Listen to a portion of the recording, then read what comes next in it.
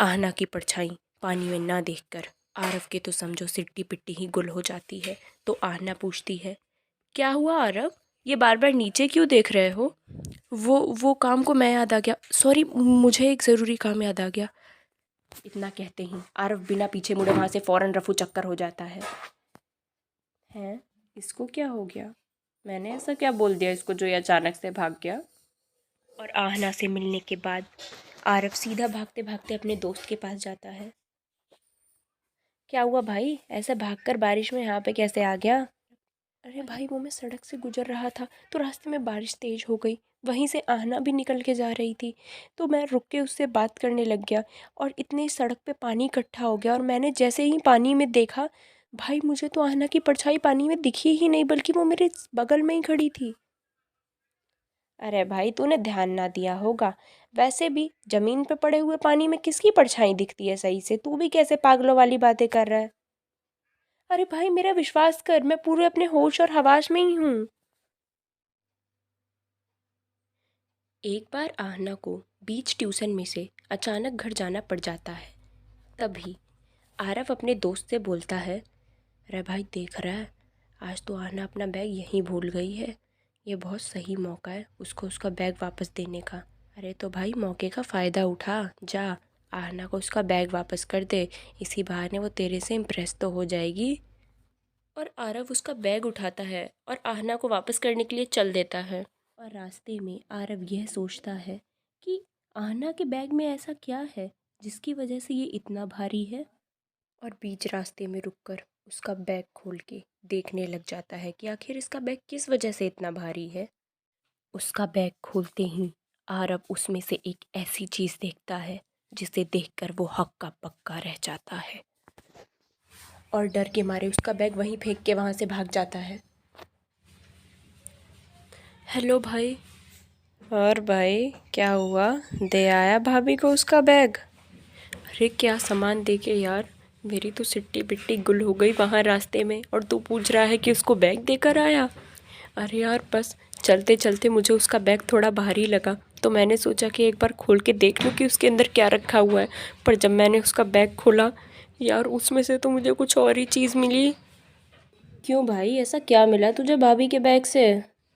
अरे यार, उसमें तो जोक टोट का जंतर मंतर का सामान रखा हुआ था यार, मैं तो डर गया।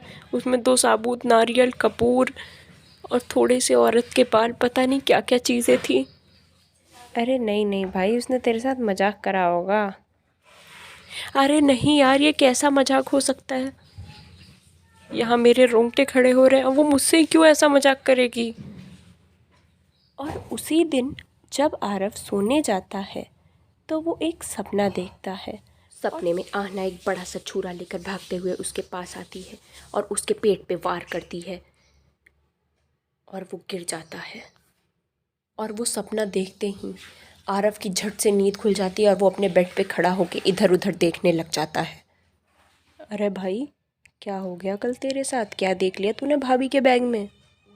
अरे यार, कल की तो बात मत कर, दिन में तो मैं वैसे ही इतना डर गया था उसके बैग को खोलने के बाद, और रात में अलग डर गया। रात में वो मेरे सपने में आई थी यार, उसने छुरे से मेरे सीने में वार करा। अरे वाह यार, तेरे दिल पे वार कर दिया भाभी ने। पर तुझे नहीं लगता कि प्रपोज करने का ये थोड़ा खतरनाक तरीका है? इतने वहाँ आहना आती है। Good morning ma'am. वो मैम, मेरा कल एक बैग छूट गया था ट्यूशन में। मैं अपनी कॉपी किताब वाला बैग तो अपने साथ ले गई थी, पर वो मेरा एक्स्ट्रा बैग यहीं छूट गया था। ओह अच्छा बेटा, क्या था वैसे उस बैग में?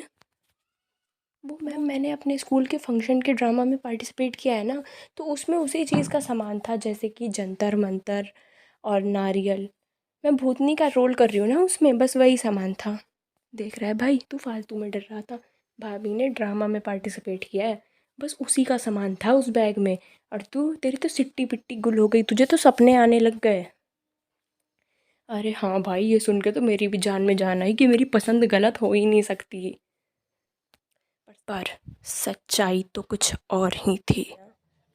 और उस दिन आहना आरव के पास जाके उसके बगल में बैठ जाती है। इस बात से आरव और ज़्यादा खुश हो जाता है।